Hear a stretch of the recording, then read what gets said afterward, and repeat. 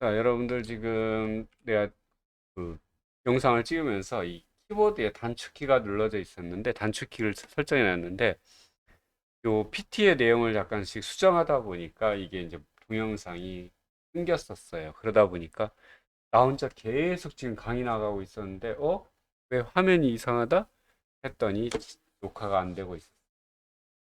다시 여러분 설명합니다. 자, 이렇게 있을 때는 당연히 요걸 적용한다. 왜? 내 계약서보다 더 근로자에게 유리한 거, 그리고 상위법이기 때문에 상위법을 우선시하기 때문에 한다라는 거죠. 그런데 만약에 여기가 취업규칙이 10,000원이라면, 10,000원이라면 얘를 적용한다. 왜? 얘가 취업규칙이 근로계약서보다 위여죠. 법적으로도 상위법이죠. 그리고 근로자에게 유리의 원칙이죠. 그런데, 걔네들은 낮은데 얘가 10,000원이다. 그럼 얘를 적용한다. 얘가 하위인데 왜 근로자에게 유리의 원칙을 적용한다라고 하는 거 여러분 이해를 해주시고, 그 다음에 취업규칙. 취업규칙이라고 하는 건 10명 이상의 근로자가 있는 경우에는 무조건 작성해서 신고하게 되어 있다.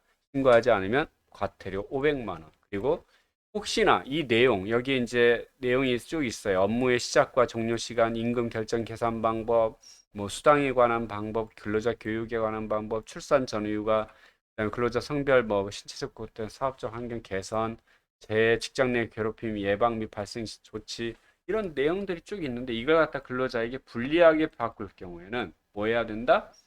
과반수의 통일을 해야 된다. 물론 여기 밑에 있어요. 과반수로 조직된 노동조합이 있는 경우는 그 노동조합, 과반수로 조직된 노동조합이 없는 경우는 근로자의 과반수의 의견을 들어야 된다. 그런데 다만 취업규칙을 근로자에게 불리하게 변경되는, 그냥 변경할 때는 의견 들으면 되는데 불리하게 변경할 경우는 동의를 받아야 된다라고 하는 거. 이 일항 동의를 받았다는 걸 서면으로 첨부해야 된다라고 하는 거. 그래서 여러분들 요거 알아뒀으면 좋겠고, 이게 실제 여러분들 근로기준법에 찾아보면 94조에 쭉 찾아보면 해당 내용이 들어와 있어요. 자, 가볼까요? 94조. 그 내려보니까 93조 있네요. 자, 취업규칙이라고 하는 게 여기 93조에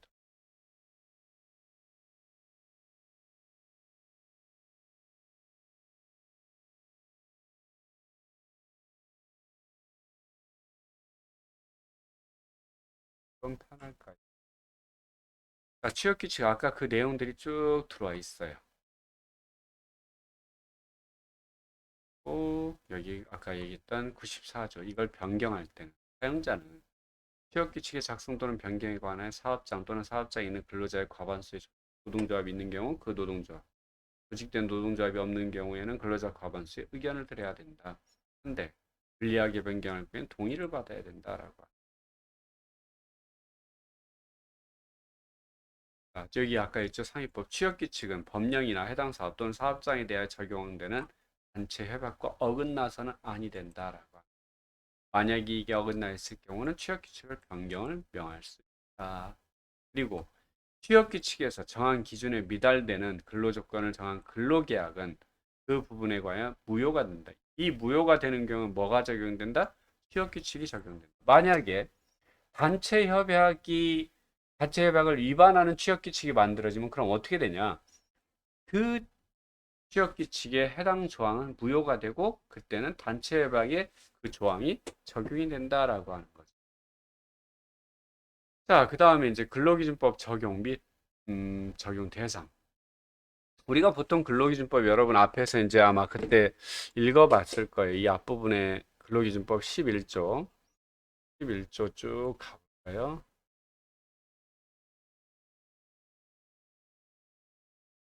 자, 여기 11조. 11조가 뭐가 있냐? 자, 적용 범위. 이 법은 상시 5명 이상의 근로자를 사용하는 모든 사업이나 사업장, 상시 5명 이상. 무슨 얘기예요?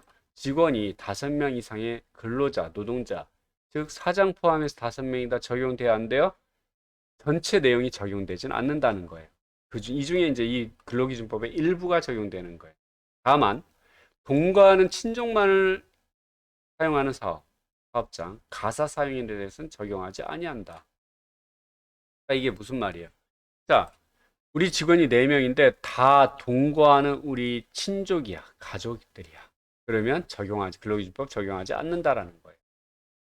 또 집에서 가사 사용인 집에서 사용하는 사람에 대해서는 근데 요건 좀 이제 계속 논란이 되는 부분이에요. 어떻게 가사 사용인은 그럼 근로자가 아니냐라고 하는 부분이죠.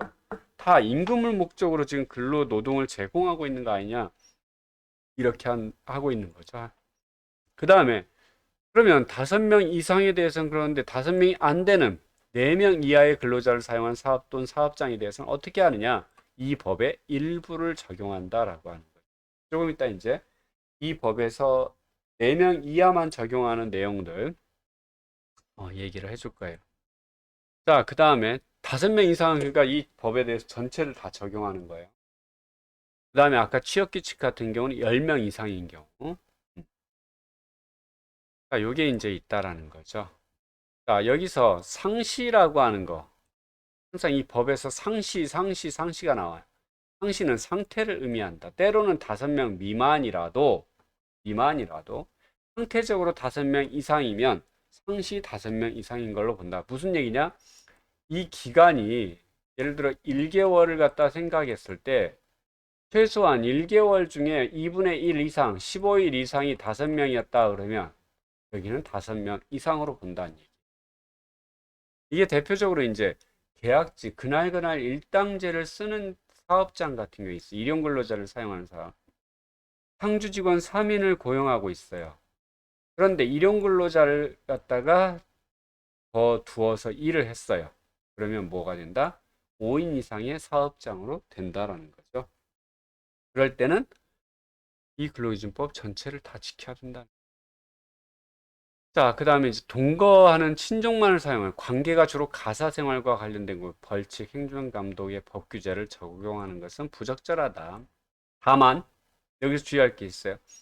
가족이나 친족 이외의 근로자가 단 1명이라도 있으면 동거의 친족만을 사용. 여기 만이 있어요. 친족만 이것이 해당이 안 된다라고 하는. 그 뭐다? 근로기준법 적용한다라는 얘기. 그다음에 상시 근로자라고 하는 건 사유가 발생하는 날 전 1개월 동안 사용한 근로자의 연 인원을 갖다가 가동일수로 나누어서 계산한다. 그래서 2분의 1 이상인 경우 5인 미만일 수가 2분의 1 미만 이상인 경우는 5인 미만으로 보고 5인 며칠은 5인 미만이었는데 전체적으로 보니까 5인 이상이 더 많네? 날수가 그러면 5인 이상 사업장으로 본다라는 거예요. 자, 아까 이제 얘기했던 상시 4명 이하의 사업장 근로자에게 적용하는 근로기준법, 사업장이 적용하는 근로기준법. 우선 4명 이하에는 해고 예고 제도 이거 적용해야 된다. 정당한 이유 없이 해고 가능하지만 해고 30 여기 지금 이거 있어요. 정당한 해고 없이 해고는 가능해요. 근로기준법 5인 이상 사업장 이거 해고 맘대로 못해요. 그런데 여기는 정당한 이유 없이도 해고는 가능해요. 다만 30일 전에 해고 예고 또 다음 달에는 이제 그만둬야 될 것 같아 라고 이야기는 해줘야 된다라고 하는 거죠. 그렇지 않은 경우 30일분의 통상임금을 지급해야 된다. 한 달분에. 왜? 이거는 여러분 퇴직금은 최소 3년 그 다음에 월급은 최소 3개월분 이렇게 이제 우선 먼저 받게 돼 있어요. 그건 변제권이라고 하죠. 먼저 다른 것보다 먼저 받을 수 있는데 왜? 임금이라고 한 건 항상 여러분한테 얘기했잖아. 생계 수단이라고. 그리고 30일 해고 예고를 한다는 건 우리 사업 회사에서는 이제 힘드니까 더 계속 가지 힘드니까 다른 사업장을 알아봐, 다른 회사 알아봐라고 하는 거예요. 그 다른 회사를 찾을 수 있는 시간을 주기 위한 거죠. 근데 내가 찾는다라고 하는 건 내 생계가 어느 정도 계속 유지되면서 가야 되는데 그게 없이 딱 잘리고 일을 찾을 때까지 계속 굶어야 되면 어렵잖아요. 그래서 혹시나 자르더라도 이 30일분에 이건 보장을 해줘야 된다라고 하는 어떤 취지가 있어요. 또 하나, 출산휴가 줘야 된다. 여러분, 출산휴가, 여성들의 출산휴가는 90일 주게 되어 있고요. 그 다음에 그 중에서 이제 60일은 회사에서 통상임금을 제공하나, 회사가 좀 여건이 그런 데는, 그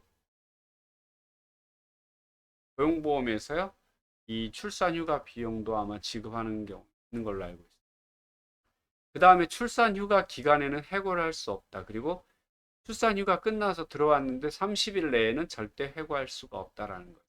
또 하나, 상시 4명 이하의 사업장에서는 4명 이상의 사업장에서는 임산부, 야간 휴일 근로 금지.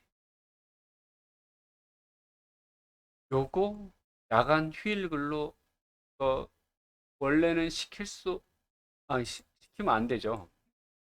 4인 미만 사업장. 이건 다 일반 5인 이상도 마찬가지예요. 전체는 다 적용되는데 특히나 4인 미만에서도 이거 이제 4명 이하에서도 적용시키는 거다. 자, 휴게 시간 및 유급 휴일. 근로 시간이 일일 8시간 이상인 경우 1시간 휴게 시간 주게 돼 있어. 이게 이제 우리가 보통 얘기하는 점심 시간이에요.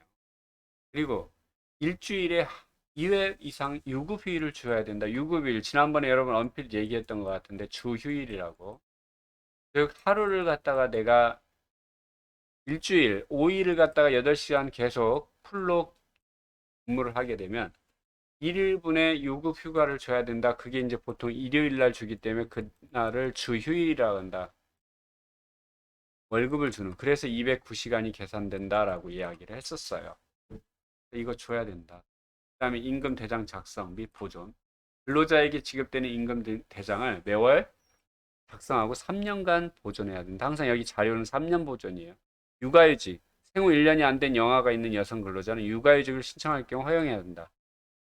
단, 휴직 기간 동안 임금을 지급할 필요는 없으며 입사한 지 1년이 안 된 근로자에게 육아휴직을 허용할 의무는 없다. 퇴직금 제도 2000년이었나 2002년이었나 그때부터 4인 이하 사업장도 퇴직금을 다 지급하게 되어 있었다. 2006년이었나? 헷갈리네. 가지고 뭐 빠졌어. 자, 그 다음에 상시 4명 이하의 사업장, 이건 이제 뭐 너무 많으니까 넘어가기로 하고요. 근데 4명 이하에는 미적용, 즉 적용하지 않는 거. 이거는 4명 이하에는 적용하지 않는다라는 거예요. 일단 해고의 제한. 아까 해고 예고를 하고 해고 예고에 따른 임금도 만약에 해고 예고를 못 할 때는 30일분의 임금 줘야 돼요. 그런데 해고는 자유롭게 할 수 있다라고 그랬어요. 4인 이하의 경우에는. 특별한 제한 없이 임의로 근로자를 징계하거나 해고할 수 있다. 그 다음에 연차, 생리휴가를 이제 뭐 강제적으로 부여해야 된다 그런 건 아닌데, 연차, 여러분, 어떤 게 있어요? 1개월을 근로하면 하루분의 연차를 쓸 수 있다. 1년을 갖다가 쭉 계속 80% 이상 근로하게 되면 연차 개수가 있다라고 하는 거 알죠? 그걸 갖다가 부여할 수 있는데, 타인 이하에서는 이거 안 줘도 된다는 얘기예요. 그다음에 근로시간 제한 1일 8시간 주 40시간 법정 근로시간이 있는데 이거 적용되지 않는다. 그래서 연장 근로 20시간씩 시켜도 상관없다라는 거죠. 연장 근로에 대한 제한이 없다. 그냥 연장 야간 휴일 근로에 따른 할증임금. 우리가 보통 일을 할 때 연장 근로하거나 휴일날 나와서 일하거나 그다음에 야간에 일하게 되면 뭐가 있어요? 임금에 할증이 붙어요. 50%씩. 그런데 4인 이하에서는 없다라는 거예요. 그다음 휴업수당. 사용자 측 사정으로 일하지 못했던 기간에 대해서 평균 임금의 약 70% 정도를 휴업수당으로 지급해야 되는데 4인 이하에서는 없다. 자, 그럼 왜 4인 이하에서는 미적용 조항을 만들었을까라고 하는 이 부분은 실제 4인 이하의 사업장 같은 열악하다라고 하는 전제가 깔려 있어요. 그래서 사용자에게 이 기업을 운영하면서 너무 부담을 주지 않기 위해서 이제 만들어진 조항이죠. 그런데 이게 오히려 근로자한테는 좀 너무 안 좋죠. 오히려 사용자도 안 좋게 만들고 있지 않을까라는 생각도 해요. 왜? 여러분 생각해 보세요. 4인 이하 사업장 열악하죠. 열악하기 때문에 뭔가를 갖다가 투자할 수 있는 근로자들한테 혜택을 줄 수 있는 게 그렇게 많지가. 그런데 기본적으로 법에서 이야기하고 있는 그 내용들도 못 줘요. 그럼 여러분들 4인 이하 사업장 가고 싶겠어요? 이게 기업들은 우리가 4인 이하 사업장이니까 지금 이제 힘들어서 물론 그거 이해하는데 급여를 많이 못 주면 차라리 이런 복리적인 부분에서 아니면 근로자들의 일하면서 받을 수 있는 것들에 최대한 신경을 쓰는 게 낫지 않을까. 오히려 이것도 못 주기 때문에 임금도 적어, 근로 조건도 안 좋아, 법적 복리, 아니, 복리 후생도 별로 안 좋아. 누가 이런 데 가냐고요.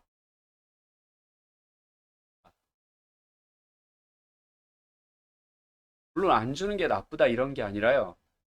솔직히 여건이 어렵다라는 건 인정을 해. 하지만 여러분이 지금 노동자로서, 근로자로서, 아니, 여러분이 또 사장이었을 때 그 돈 지급하는 거에 대해서 지급을, 여러분 돈 덜 지급하니까 이제 그때는 좋은 것 같아요. 그런데 근로자들이 안 와, 우리 회사에. 왜? 임금도 주고, 복리도 주고, 복리도 안 좋아. 이런 지급해야 될 것도 별로 없어. 그래서 오히려 이게 근로자를 더 안 오게 만드는 요인들이 될 수 있다. 또 하나가 이제 근로자들이 이제 계속 주장하면서 이런 요소들이 근로자로서는 당연히 누려야 되는 건데 정당한 건데 이런 걸 못 누리고 있지 않냐라고 이제 주장을 하는 거예요. 자, 근로기준법의 대상자인 근로자.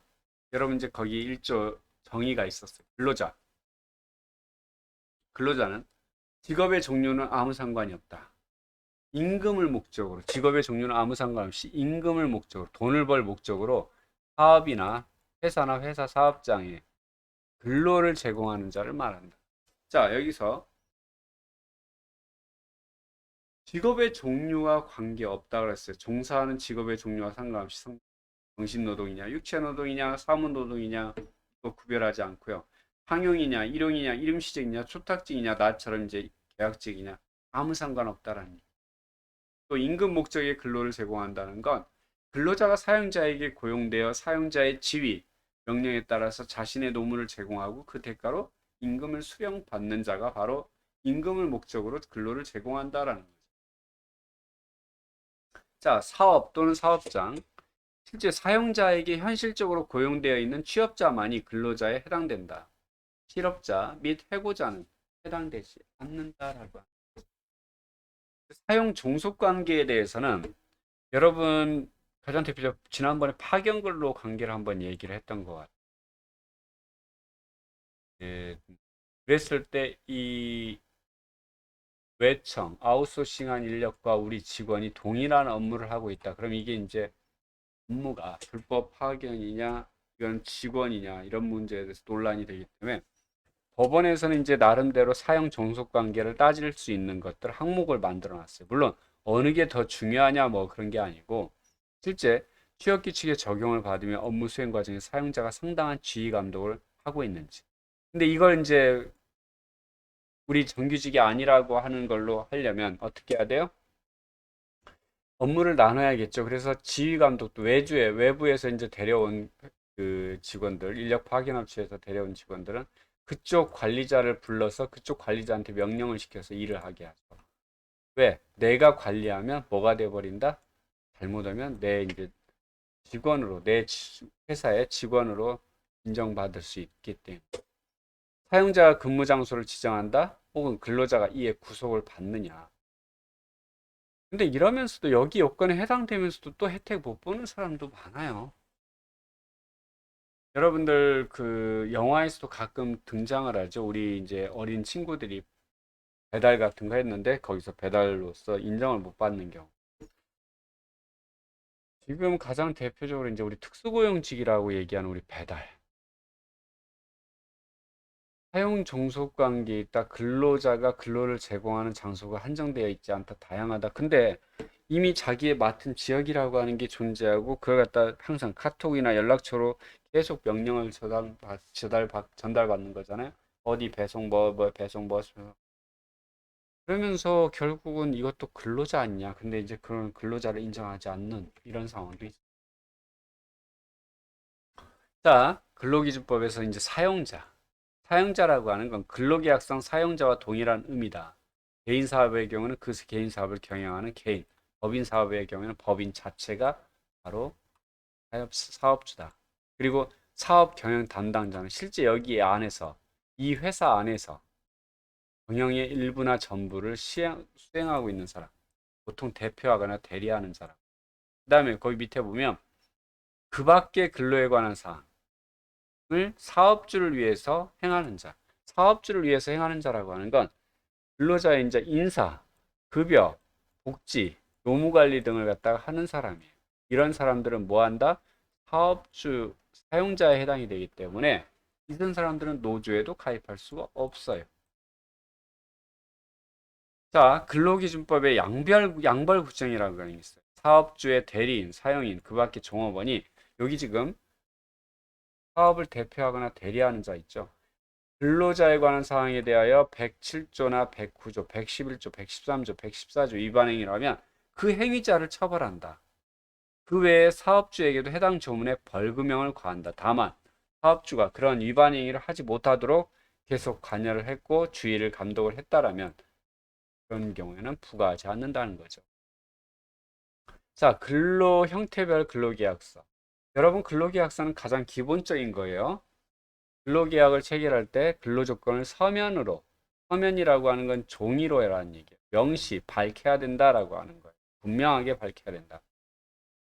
자, 당사자 간 분쟁 예방을 위해서 근로계약을 체결할 때 서면으로 근로조건을 명시하는 것이 필요하다. 사용자는 근로계약을 체결할 때 근로자에게 다음 각 사항을 명시해야 된다. 위반 시에 500만 원 이하의 벌금이 규정된다.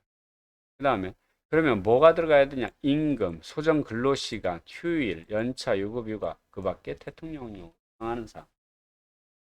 자, 근로계약이라고 하는 건 근로자가 사용자에게 근로를 제공하고 사용자는 이에 대하여 임금을 지급하는 것을 목적으로 한다라는 거죠.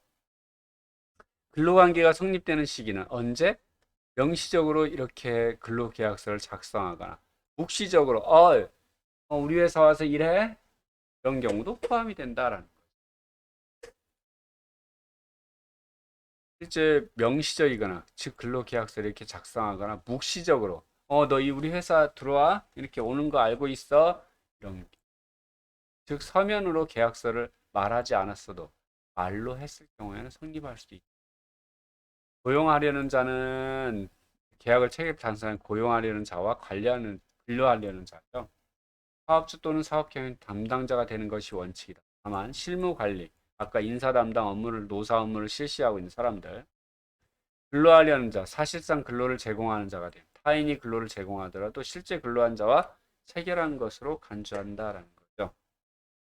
타인이 근로를 제공한다는 건 파견업체가 파견 사원이 제공하고 내가 실제 근로계약을 체결했어. 그런 경우에도 근로계약의 형식이라고 하는 건 사용 종속 관계에서 근로가 개시되면 서면 계약이 체결되어 있지 않아도 누간행이나 관행, 관습에 의해서 근로관계는 성립할 수 있다. 근데 그거 근로계약서는 꼭 챙겨야 된다. 자, 혹시나 근로계약 내용이 변경된 경우 서면으로 교부라는 건 직접 줘야 된다는 얘기예요. 그래서 임금, 항목, 계산 방법, 지급 방법 등이 변경됐을 때는 이 내용이 명시된 서면을 근로자에게 교부해야 된다. 다만 본문에 따른 사항이 단체에 받던 취업 규칙의 변경 등 대통령령으로 정하는 사유로 인하여 변경이 되는 경우에는 그 근로자 요구가 있으면 근로자에게 교부해야 된다. 그럼 명시사항은 뭐냐? 서면 명시사항, 임금의 구성 항목, 계산 방법, 지급 방법, 소정 근로시간, 휴일, 연차 요구. 일반적으로 명시되는 건 취업 장소와 종사할 업무. 그다음에 이제 요 내용들, 요거까지는 뭐 여러분들 잘 찾아봐도 되고. 명시 및 교부 방법. 근로계약서와 같이 문서 작성 형태가 일반적이면 당사자에게 건네줘야 된다. 홈페이지 등재, 열람하는 것만으로는 교부문을 충족했다고 보기 어렵다. 근데 지금은 메일도 가능하고요. 전에 명시사항 근로 임금 내역서 주게 돼 있죠. 그때 명시사항 문자로도 가능하다고 그랬어요. 전자문서화 시 작성 및 교부 방법. 실제 근로계약서를 작성하기는 수정할 수 있고 작성된 근로계약서가 계약 당사자에게 자동으로 배포되어 열람 출력될 수 있어야 된다. 즉, 내 근로계약서를 내가 마음대로 볼 수 있으면 인정된다. 서면으로 꼭 하지 않아도 전자계약에 의해서도. 그 다음에 근로자 요구 시 교부가 가능한 경우. 이제 근로자가 일하면서 나 근로계약서 보고 싶어요. 뭐 이런 것들 볼 수 있다라는 거죠. 근로계약서는 이렇게 이제 표준 근로계약서라고 하는 게 있어요. 기간의 정함이 없다라는 게 일반적으로 정규직을 얘기합니다. 우리 같이 계약 기간은 며칠부터 며칠까지라고 우리는 명시가 되어 있어요. 여기에 보면 이제 여기 뭐 있어요? 근로 개시일, 근무 장소, 업무 내용, 소정 근로 시간, 몇 시부터 몇 시까지, 휴일은 어떻게 되고, 임금은 월급, 뭐 1급, 시간급, 어떤 걸로 얼마, 상여금은 얼마 있고, 상여 그 외에도 이제 식대나 뭐 식비, 교통비 뭐 이런 것들. 임금 지급일은 매월 며칠. 지급 방법은 계좌 뭐 이렇게 체크하는 거죠. 연차 유급 휴가는 근로기준법에 정하는 바에 따라 부여한다. 사회보험 적용 범위는 뭐 고용보험, 산재보험, 국민연금, 건강보험, 4대 보험. 근로계약서 교부는 사업주는 근로계약 체결함과 동시에 본 계약서를 사본하여 근로자의 교부 요구와 관계없이 근로자에게 교부해야 된다. 자, 여기 보면 이제 보통 우리는 옛날에는 갑을이라고 했어요. 그래서 발주하는 사람, 계약하는 당사자 중에 발주하는 쪽에는 갑, 뒤에 이제 쓰는 사람 을이라고 그랬습니다. 일반적으로 도장은 갑과 을의 이제 간인이에요. 두 개를 놓고 두 개가 똑같은 거다라고 하는 걸 인정하는 도장이죠. 그리고 이제 각자 여기 내용 있고 요즘에는 아예 자체에다 이런 내용도 써요. 여기 밑에 이제 여기 서명 이름 밑에 계약서 교부 받았으면 확인함 이것까지 써요. 왜?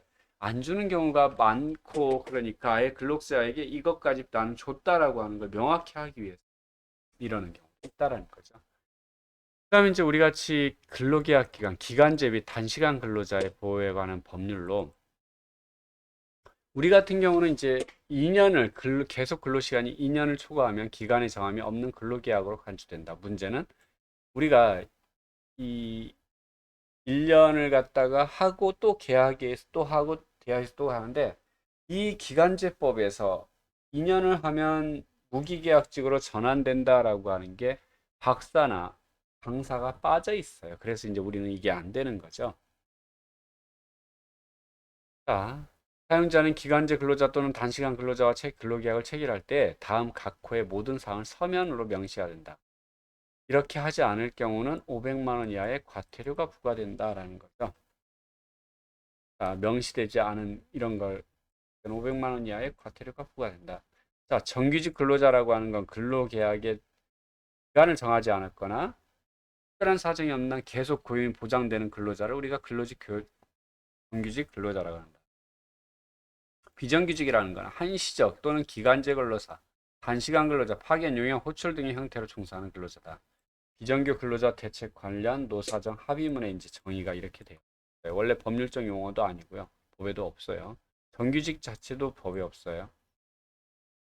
기간이 정해져 있냐, 기간이 정함이 없냐라고 하는 거죠. 자, 근데 여러분들 이제 일하다 보면 수습과 시용이라는 게 있어요.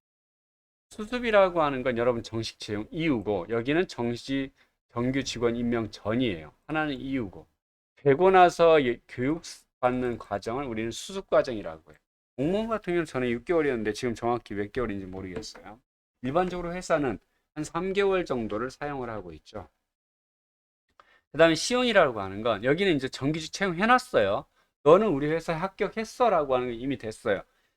그래서 여기서 이제 일 배우는 과정이라고 수습기간을 생각하시면 돼요. 근데 시용이라고 하는 건 너 아직 우리 직원 아니야. 그냥 너 일하는 거 보고 그때 내가 3개월 후에 결정할게. 괜찮으면 3개월 후에 우리 계약하고 아니면 그냥 그만둬. 이런. 자, 근로계약 시용기간 요 기간을 명시하지 않아 정식 채용된 근로자. 이게 이제 대법원에서 이런 걸 갖다가 근로자로 인정한 사례인 거예요.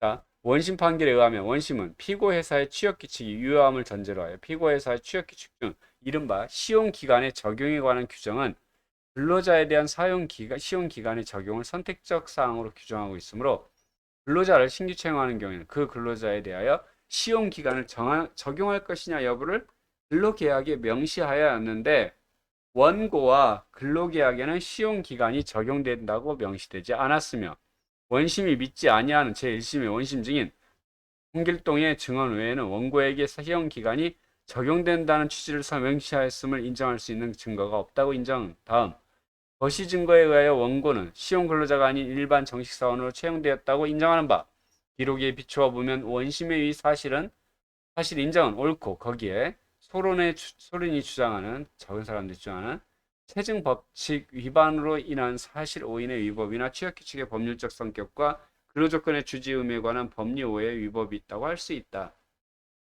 즉 채용해야 된다라고 하는 거죠. 기간이 시용기간이 명시되어 있지 않은 경우 계속 시용기간을 쓰려면 그 명확하게 쓰라 이거지. 그 다음에 이제 여기 근로기준법의 근로조건에 대해서 임금이나 소정근로시간, 요 휴일, 연차유급, 휴가, 뭐 대통령령으로 정하는 사항, 기숙사가 있는 경우 기숙사에 관련된 사항도 다 여기다 알려주겠지, 명시를 하게 되어 있다라는 거죠. 자, 그 다음에 이제 여기 이제 취업할 장소가 어디냐? 근로자가 근로를 제공하는 장소. 그 다음에 종사해야 할 업무가 뭐냐라고. 자, 근로계약 시 체결된 명시된 근로조건이 취업 후 사실과 달라 손해가 발생했어. 근로자에게. 근로조건이 위반이 성립될 수 있다라는 거죠. 그럴 때는 근로계약을 근로자는 즉시 해지할 수 있고 손해배상 청구할 수도 있고 사용자는 거주지를 변경한 근로자에게 위약료비를 지급해야 되는 상황도 벌어질 수 있다라는 거예요.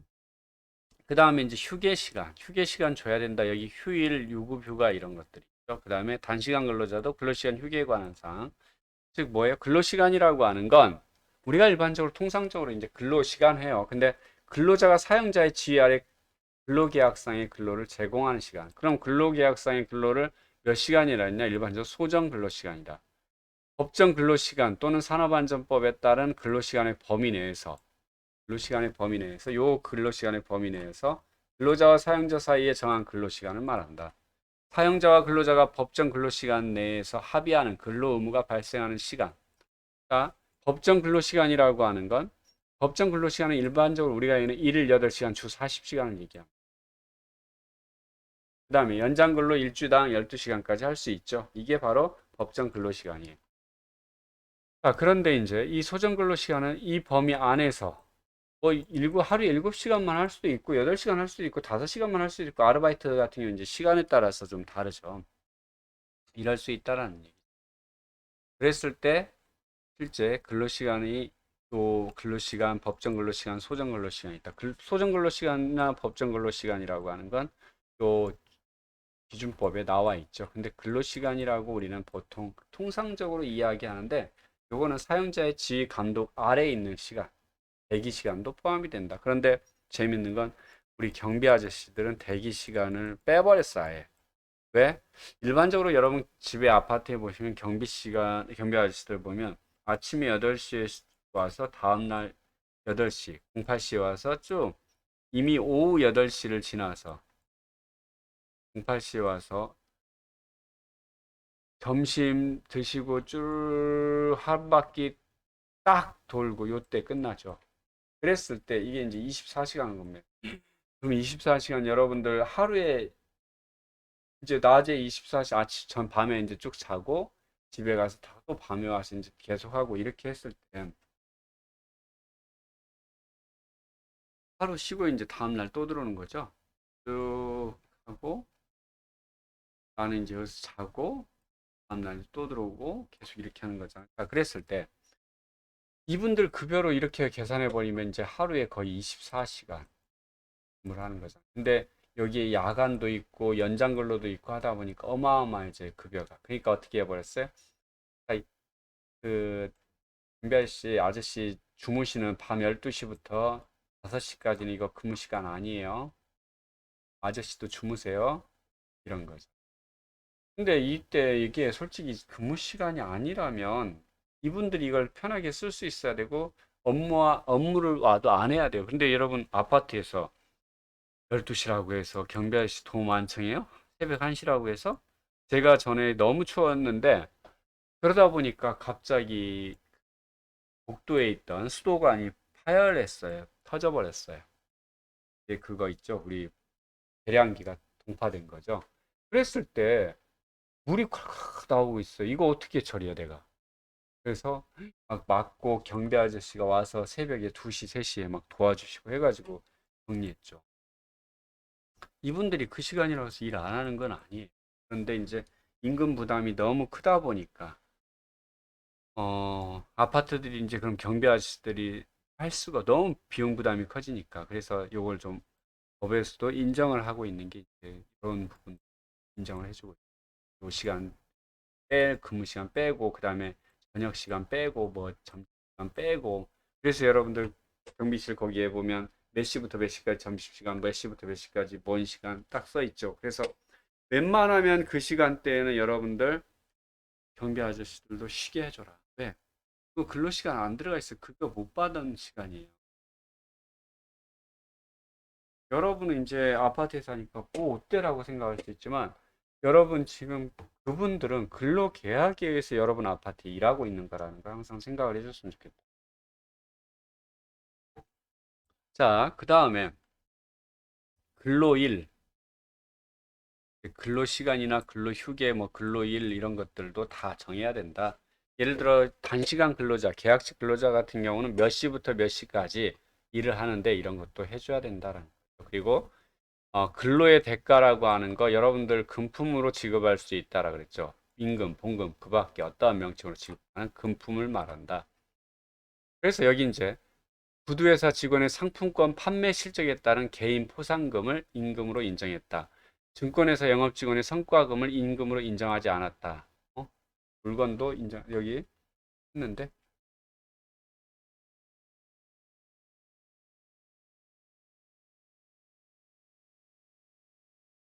이거는 하여튼 임금으로 인정한 것들이고 여러분 읽어보고요. 임금이라고 하는 건 최저임금 그리고 그거보다 좀 큰 통상임금 그다음에 평균임금이라고 하는 범위가 있다. 평균임금이라고 하는 건 근로자가 한 달 동안 일해서 모든 받은 수당이든 뭐든 다 연장근로든 야간근로든 다 받은 거. 통상임금이라고 하는 건 그 사람이 근로를 갖다 제공하겠다라고 하면 주게 되는 기본급과 수당, 기본 수당을 이야기한다. 최저임금이라고 하는 건 그냥 근로자에게 딱 시간당 얼마 해서 209시간에서 191만 뭐 이거 주는 이걸 얘기하죠. 임금이라고 하는 건 이제 직접불, 전액불, 통합불, 그다음에 정기불. 그거 이제 얘기했어요. 근데 여기서 금품이라고 하는 게 현금이 아닌 회사 제품 등에 의해서 현물급여나 강제 통용력임, 당좌수표 등을 갖다 주는 걸 방지하기 위해서 웬만하면 국내 통화, 그래서 유료화 이런 것들, 유료화 금지, 왜 우리나라에서 통용 안 되니까. 다만 단체 협약이나 법령에서 인정하는 상품권, 주식으로 임금을 줄 수 있다라는 거죠. 그 다음에 이제 전액을 줘야 되는데 근로자의 동의 단체 협약 법령이나 단체 협약에 의해서 인정을 한다. 예를 들어 세법상 공제, 사회보험료, 사대보험료, 보합비 이런 것들은 가능하다. 근데 그 외의 경우에는 근로자의 동시적, 명시적 동의가 있을 경우만 가능하다. 그 다음에 이 정도면 여러분들 같고요. 그 다음에 이제 임금의 구성 항목이라고 하는 거죠. 임금의 계산. 월급, 주급, 1급 이거는 했기 때문에 현금으로 직접 지급할 것인지 은행 계좌로 송금할 것인지 라고 하는 것들. 주휴일 지난번에 얘기했었죠. 일주일에 평균 1회 이상 유급 휴일을 줘야 된다. 주 1회 유급 휴일을 가질 수 있는 자는 일주 동안 소정 근로일을 개근한 자. 즉 5일, 8일, 8시간씩 5일 하기로 했어요. 그럼 이걸 개근했을 때 주는 거예요. 여기서 하루 빠졌어요. 내가 4일 일하고 하루 안 나갔어요. 그럼 개근 아니죠? 주휴수당 없어요. 그때는 209시간이 아니에요. 빠져버려 이제 그 주차는 없어지는 거예요. 휴수당이. 그 다음에 휴일의 대체. 만약에 이때 주휴일 날 내가 유급 휴일 날 아니 미안합니다. 내가 휴일 날 쉬는 날 일을 대신했어요. 그리고 나서 다른 날 내가 하루를 쉴 수 있다라는 거예요. 대체할 수 있다는 얘기예요. 그 다음에 연차 유급 휴가. 실제 이거는 지금 저도 왜 이렇게까지 해야 되지라는 생각이 드는 건데, 요거는 이제 좀 뒤에 가서 다시 얘기할게요. 보통 우리가 그전에는 1년 미만 근로자의 경우에는 그 매달 연차 휴가가 하나씩이었기 때문에 그걸 받으면 됐어요. 개근한 상태 80% 이상 출근한 자에 대해서 15일에 이제 보통 연차 휴가를 줘요. 1년 이상 자는. 그런데 1년 미만자. 그래서 여기가 조금 최대 이제 얼마까지 줄 수 있냐? 25일까지 줄 수 있게 만들어요. 그래서 뭐 이제 뒤에 가서 설명하면 예를 들어 자 입사를 내가 했어요 여기서. 그래서 1개월, 2개월, 3개월, 4개월, 5개월, 6개월, 7. 근데 여기 이제 예를 들어 1월 달이 아니 1월 달이 있고 여기가 2월 달부터고 나는 여기에서 입사를 했는데 1월 한 20일 정도에 입사했어. 그러다 보니까 이게 1개월이 안 되죠. 자, 여기서 1월, 한 달, 두 달, 세 달, 네 달, 다섯, 여섯, 일곱, 여덟, 아홉, 열, 열하나 해갖고 각각 다 80% 이상 왔어요. 그러면 나는 쭉 해서 11개의 뭐가 생긴다? 연차 휴가가 부과된다라는 거죠. 그런데 여기서 여기가 개근을 80% 이상 하지 않았어. 그럼 이 세 개는 빠져야겠죠. 그럼 하나, 둘, 셋, 넷, 다섯, 여섯, 일곱, 여덟 개만 나온다. 자, 1년 미만이라는 얘기는 1년이 안 된 경우를 얘기하죠. 예컨대 5개월 근속 환자가 3개월을 개근하면 3일의 휴가가 발생합니다. 5개월 연속 일했는데 그중에 개근을 갖다가 3개월만 했으면 3개월의 연차 휴가가 발생한다라는 얘기예요. 근데 지금 내가 이제 법원, 물론 대법원에서도 이거 아니다. 15일, 26일 아니다. 11일이어야 된다라고 이제 결정이 난 건데 그래서 노동부에서도 이거 바꿔야 돼. 근데 노동부에서 유권 해석을 지금 잘못하고 있어. 도대체 왜 그런 계산을 했을까? 나도 헷갈리는데. 하여튼 지금 현재 이거 노동부에서는 26일이라고 1년 이렇게 1년간 80% 이상의 출근한 자에게는 근로자에게 15일의 유급휴가를 줘야 된다라고 하는 내용이 들어가 있어요. 그런데 이걸 갖다 보통 계산했을 때는 아까 이렇게 계산했단 말이에요. 그런데 갑자기 최근에 1년이라고 하는 걸 15개를 갖다가 1년 미만 11개에다가 1년이 도래해서 15개가 됐으니까 이 사람한테 26개를 줘야 된다라고 하는 갑자기 그런 의미가 나와 버렸어. 그래서 왜 이렇게 만들었을까? 근데 대법원에서는 아니다, 이게 맞다라고 손을 들어버렸어. 그래서 아마 노동부에서 바꿔야 될 거예요. 그래서 여러분은 그냥 요 26일이 아니라 1년 근무자 했을 때 처음에 1년간 근무했을 때 1년이 안 됐을 때 이제 그 월 개수대로 내가 연차 휴가를 받을 수 있다라고 하는 걸로 생각하면 될 것 같아요. 그리고 1년이 이제 딱 넘어가면 몇 개? 15개가 기본적으로 붙는다라고 하는 거죠. 그리고 2년마다 뭐 한다? 하나씩이 추가된다.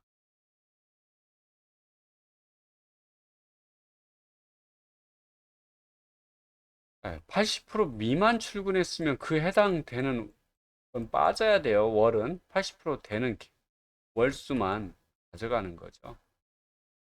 자, 이게 아까 이제 예를 들어 15개에서 1년, 처음에 2년까지는 여기까지는 15개예요. 그 다음에 한 2년이 지나면 또 하나가 늘어나고 또 가서 또 2년이 지나니까 여기서 2년이 또 지나니까 여기 또 늘어나고 이렇게 돼서 2년마다 이게 하나씩 계속 증가한다라고 하는 거죠. 자, 처음에 1년 차에 15개, 1년을 딱 됐을 때 이제 15개가 생기면 3년 차, 5년 차, 7년 차 해서 몇 개까지 총 25개까지 늘어날 수 있다라고 하는 겁니다. 그 다음에 근로계약서 이제 계약 정규직 근로자 같은 경우는 기간의 정함이 없는 경우를 정규직 근로자라 그래요. 그래서 근로계실, 수정근로시간, 근무일, 휴일, 임금, 그다음에 근로계약서 미작성, 미교부시 벌칙, 여기 이제 뭐 해야 된다. 그다음에 타인이야 사업장에서는 연차 유급 휴가라고 하는 건 뭐 따로 이런 내용들 연차 유급 휴가 여기 그런 거는 근무일, 휴일 뭐 하는데 그런 건 없어요. 여기 연차 유급 휴가 요거 없어요. 자, 그다음에 이제 기간의 정함이 있는 근로자. 계약직, 우리 기간제 근로자라고 하는 거죠. 그 기간을 명시하게 돼 있다. 며칠까지. 근무 장소, 업무 내용 이런 건 똑같아요. 음. 자, 이런 거 명시해서 주지 않으면 어떻게 된다? 500만 원 이하의 과태료에 처해 줄 수 있다. 그다음에 단시간 표준근로계약서 시간을 사용하는 경우 언제 몇 시간 딱 해서 작성을 하게 된다라고 하는 거. 그다음에 이제 근로계약서 미작성 시 제재는 근로계약 기간을 위반할 때는 1차 50만 원, 2차 100만 원, 3차 또 위반하면 200만 원. 물론 법적으로는 500만 원 뭐 얼마 써 있지만 이 고용지청에서도 그냥 막 때리지는 않는다. 그다음에 이런 내용들에 대해서 제대로 안 했을 때, 명시를 안 했을 때 각각 얼마 라는 거죠. 그리고 처음에는 뭐하게 시정하게 시간을 주고요. 그 다음에 한다라는 거예요. 그래도 안 고치면 대려 부과하고 1회차 얼마, 2회차 얼마, 3회차 얼마 이렇게 주는 거죠. 서류는 임금대장은 아까 뭐라 그랬어요? 3년간 보관해야 된다라고 했죠. 근로계약서 등 근로계약의 중요한 서류는 근로계약 관계가 끝날 날로부터 3년간 보존해야 된다. 위반 시에 500만 원 이하의 과태료가 부과된다라는 거. 그다음 이제 최저임금. 자, 최저임금은 헌법 32조 1항에 기초해서 근로자의 생활 안정을 통한 국민 경제 발전을 위해서 1988년 1월 1일부터 시행되고 있어. 최저임금에 미달한 임금을 지급하거나 최저임금을 이유로 종전의 임금을 낮추는 경우 3년 이하의 징역 또는 2천만 원 이하의 벌금에 병과될 수 있다. 병과라는 거 함께 두 개가 적용된다는 얘기예요. 헌법에 뭐라고 써 있길래 모든 국민은 근로의 권리를 가진다. 국가는 사회적 경제적 방법으로 근로자의 고용과 증진과 적정임금 보장을 노력하여야 하며 법률이 정하는 바에 의하여 최저임금제를 시행해야 한다. 그래서 최저임금제의 목적가면 근로자에 대한 임금의 최저 수준을 보장하여 근로자의 생활 안정과 노동력의 질적 향상을 꾀함으로써 국민 경제의 건전한 발전 이바지에 이바지하는 것을 목적으로 한다. 그래서 사용자는 최저임금에 적용받는 근로자에게 최저임금액 이상의 임금을 지급해야 된다. 주로 이제 내용을 나오는 거죠. 지금까지 이제 쭉 올라갔는데 2022년 이거 지금 뒤에 건 안 나왔어요. 지금 현재 전 사업장에는 9,160원. 그래서 하루 73,280원, 209시간 계산했을 때 191만 4천원 넘어야 된다라는 거예요. 물론 감액 적용, 여러분 아까 수습이라고 하는 거 있었어요. 수습 이런 경우에는 90%. 그래서 9,160원에 90%인 8,244원. 그래서 월급으로는 이렇게 된다라는 거죠. 보통 3개월 이내에 쓴다라는 거예요. 최저임금에 임금이 포함되냐 안 되냐라고 하는 건 상당히 이제 이건 여러분이 공부를 좀 해야 되는데 간단히만 넘어가겠습니다. 예를 들어 여기 이제 정기 상여금, 그다음에 현금성 복리후생비라고 하는 게 있어요. 상여금이라고 하는 건 최저임금을 그냥 당장부터 넣어버리면 최저임금에 넣어버리면 근로자에게 오히려 손해가 돼요. 괜히 임금은 많이 받는 것처럼 되는데 나는 받는 게 실질적으로 오히려 줄어들거나 동일한 경우가 돼요. 그래서 법에서는 이걸 좀 더 완화시키기 위해서 25%, 20%, 15%, 10%, 5%, 24년부터는 뭐 한다? 정기상여금도 최저임금에 다 포괄시키고 복리후생비도 다 포괄시키겠다라고 하는 거죠. 지금 22년이 되면 이제 상여금에 대해서는 10%를 갖다가 부과하지 않고 10% 넘어가는 금액만 상여금 준 거 중에서 10%랑 도대체 뭐의 10%예요? 여러분 아까 그 한 달 209시간 최저임금에 209시간 그럼 191만 4천 얼마 있었죠. 191만 4,440원 요거보다 10% 이상 넘어가는 그 상여금 결국은 10%면 얼마예요? 19만 얼마죠. 상여금이 20만 원이다. 근데 19만 아까 1,444원 요거 넘어가는 9,000원, 8,000 얼마죠? 요것만 최저임금에 포함시키겠다라고 하는 거죠. 자, 그 다음에 여기 이제 2% 현금성 복리후생비 이건 초과분 2%를 초과하는 것만 넣어주겠다. 2%는 빼겠다라는 얘기예요. 10%는 빼겠다라는 얘기예요. 그걸 넘어가는 것만 포함시키겠다. 자, 그러면 예를 들어 이제 여기 잘못 썼네. 여기가 210만 원이야죠. 기본급이. 그러니까 200 근로 다른 거 수당 아무것도 없고 그냥 기본급 210만 원 줬어요. 그럼 이 사람 최저임금 위반일까 아닐까? 사업주는. 최저임금 위반은 아니죠. 근데 진짜 180만 원 줬어. 191만 4천 원 안 되기 때문에 이거 최저임금법 위반입니다. 그리고 뭐 해야 돼요? 이거만큼 줘야 돼요. 180만 원 계약서에 썼으면 그 계약은 무효가 되고 뭐 한다? 이걸로 줘야 된다. 이거는 4인 미만 사업장이고 뭐고 아무 필요 없어요. 줘야 됩니다. 또 마찬가지로 연장 근로수당, 휴일 근로수당이 여기 붙었네. 기본금은 164만 5천 원이에요. 근데 연장 근로수당 25만 원, 휴일 근로수당 9만 4천 원. 그래서 200만 원. 아까 이제 191만 4,400원 넘었으니까 괜찮지? 라고 생각하는데 땡. 이거 위반입니다. 왜? 연장 근로나 휴일 근로는 근로자가 일을 더 해서 받은 거예요. 그러니까 최저임금엔 안 들어가요. 그럼 이거 빼고 하면 뭐예요? 이거밖에 안 돼요. 그래서 이건 최저임금법 위반이다. 그래서 이 사람은 뭐 받아야 된다? 기본급은 이만큼 받고 이거는 따로 받아야 된다. 연장 근로, 휴일 근로 수당은 따로 추가해서 더. 그럼 이 사람이 받는 거는 요게 한 34만, 35만 원 되죠. 191만에다가 34만 원 더 붙여서 225만 원 받아야 됩니다. 자, 여기 또 있어요. 기본금은 161만 5,236. 근데 아까 연장 근로, 휴일 근로 했어요. 이거는 우선 최저임금에 빠지는 거예요. 자, 여기에 식대하고 교통비, 즉 현금성 복리후생비예요, 이게. 여기가 이제 22년도에는 몇 프로? 2%를 갖다가 초과하는 것만 계산한다 그랬어요. 그러면 여기 119만 1,440원에 2% 초과한 건 얼마냐? 계산해 봤더니 38,289. 그래서 여기에서 38,289원을 여기 현금성 복리후생비 30만 원에서 빼야 돼요. 그러면 얼마? 27만 원? 26만 1,000원. 이것만 요 기본급에다 플러스 시킨다. 그래서 187만 6,947원이네. 그럼 이거보다 적죠. 최저임금법 위반이다. 이렇게 되는 거. 자, 이건 이제 최저임금은 대충 계산을 해보면 22년 기준 9,160원. 보통 우리가 하루 8시간, 주 40시간 법정 휴일 하루를 했을 때는 약 191만. 교수님 아까 금액하고 좀 다른데요? 왜?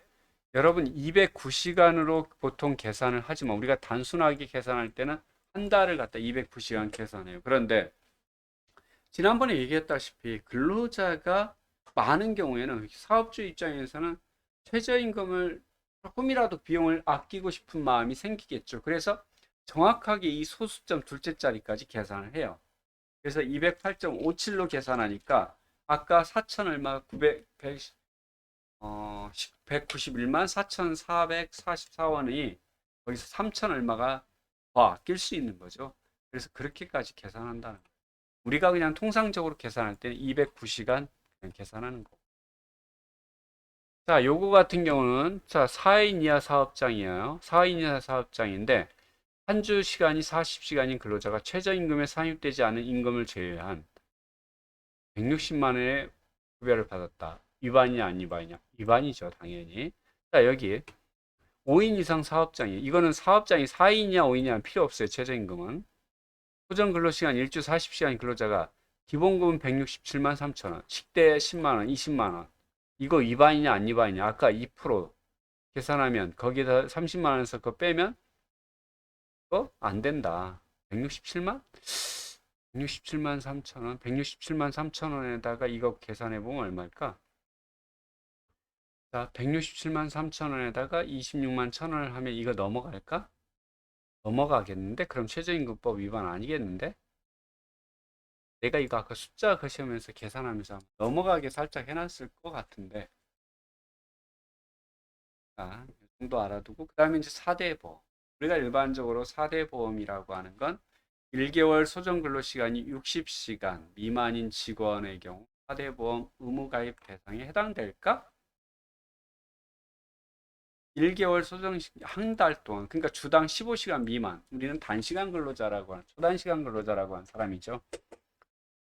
A 원장은 자신이 고용하고 있는 페이닥터 B씨를 4대 보험에 가입시켜야 하는지를 두고 잠시 고민에 빠진 적이 있다.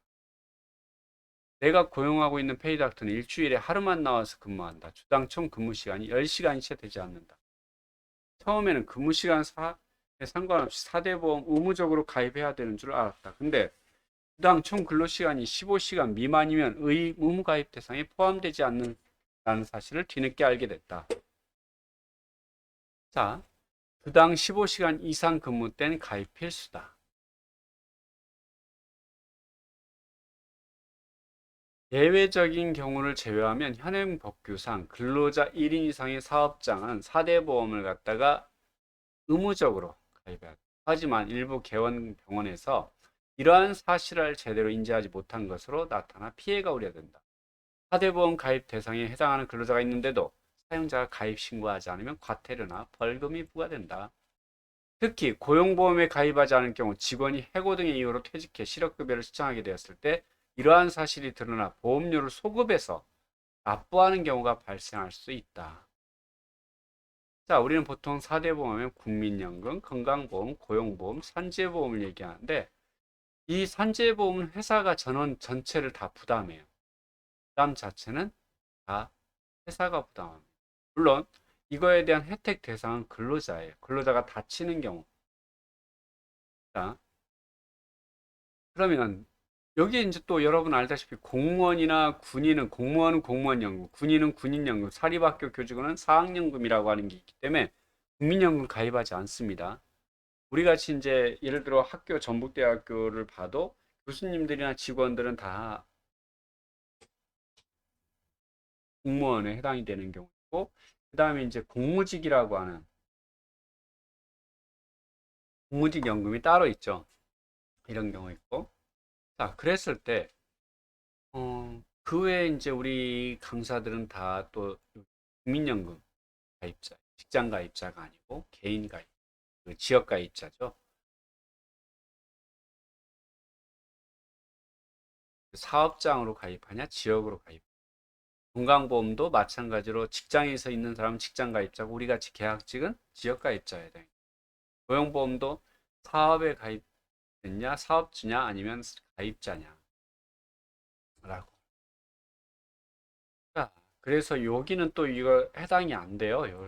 지금 이런 분들은 적용 제외자. 물론 여기 다 단시간 근로자도 적용 제외되고 어, 법인의 이사 중 과세 대상 소득이 없는 사람도 제외 대상이고 퇴직연금 수급자는 아예 국민연금 받아야 되는 사람이기 때문에 없는 거고, 그 다음에 혹시나 이제 해외로 나갔을 때, 해외에 나가서 그쪽에서 살고 있을 때, 소지를 두고 살고 있을 때는 그런 자격을 취득할 때부터 14일 이내에 이제 자격 취득 신고가 끝난다라는 거예요.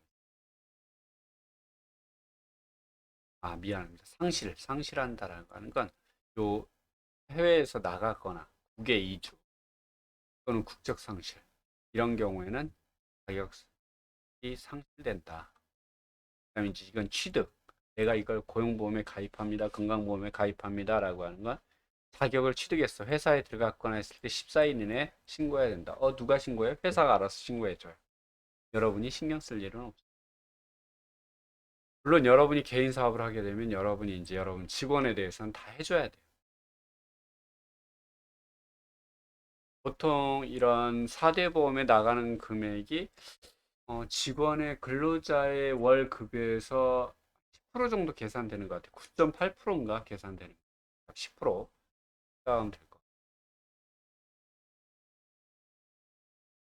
이거는 뭐 마지막으로 시간이 이제 많이 넘어갔는데 옛날에 지금 헌법은 여러분들 인터넷에서 쉽게 찾아볼 수 있는데 이게 이제 제정헌법이에요. 처음에 만들 1945년 8월 15일 광복 미 군정기를 거쳐 1948년 5월 10일 국회의원 선거를 통해 5월 31일 198명의 국회의원으로 구성된 재헌국회가 개회됐습니다. 초안은 국회를 양원제로 하는 거였는데 정부 형태는 그다음에 이제 정부 형태는 의원 내각제로 한 것이었으나 이승만 대통령이 처음에 대통령 되고 싶어 단원제로 양원제라는 건 상하원이 있다는 얘기예요. 그래서 국회에서 통과되고 7월 17일 공표되었어요. 어떤 내용이 있냐?